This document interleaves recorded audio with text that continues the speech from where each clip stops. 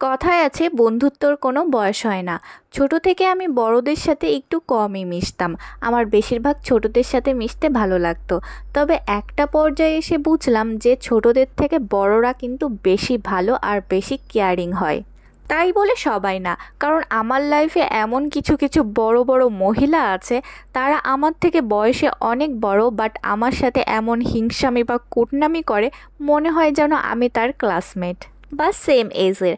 যাই হোক, তাদের কথা না হয় বাদই দিলাম, কারণ কি যারা কুটনি তাদের স্বভাবটাই কুটনামি করা। সো অনেক দিন পর আমি আমার সিনিয়র সিটিজেন ফ্রেন্ডের সাথে পার্টি করছি।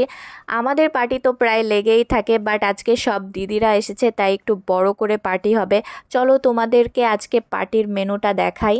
আজকের মেনুতে ছিল রুটি, সাথে ঝাল ঝাল মাটন কষা।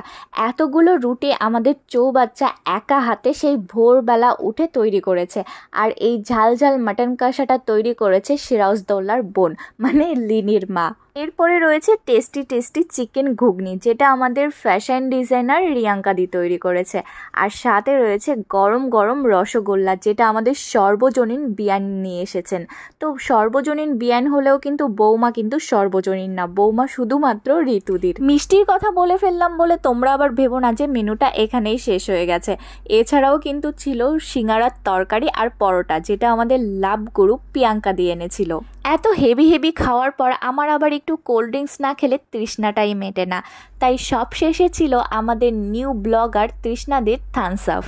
সো তৃষ্ণাদি একটা নিউ ফেসবুক পেজ খুলেছে, যেখানে সে প্রতিদিন তার কিউটি মেয়ে পিহুনার ভিডিও আপলোড করে। তোমরা চাইলে দেখে নিতে পারো, আমি ডেসক্রিপশন বক্সে লিঙ্ক দিয়ে দেব। আমাদের ছোট বড় সব পার্টির ভেতরেই কমন একটা মেনু থাকে, বিউটি কুইন পায়েলদির হাতের লেমন টি। সত্যি আমি পুরো ফ্যান হয়ে গেছি দিদির হাতের এই লেমন টি খেতে। এত ভালো লাগে, চা আমার একদমই ভালো লাগতো না, কিন্তু দিদির হাতের লেমন টি খাওয়ার পর থেকে আমিও চাখোর হয়ে গেছি। এভাবে প্রত্যেক সপ্তাহে আমাদের কোনো না কোনো পার্টি লেগেই থাকে। স্কুলের বাইরে 3 ঘন্টা ওয়েট করা অনেকটা কঠিন, কিন্তু আমরা সবাই এত গল্পে মজে থাকি যে কখন যে 3 ঘন্টা পার হয়ে যায় আমরা বুঝতেই পারি না।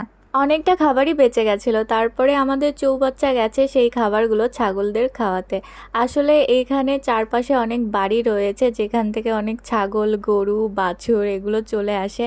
আর আমরা যখন খাই তখন আমাদেরকে একটু ডিস্টার্ব করে, তাই ওদেরকে না দিয়ে তো খাওয়া যায় না।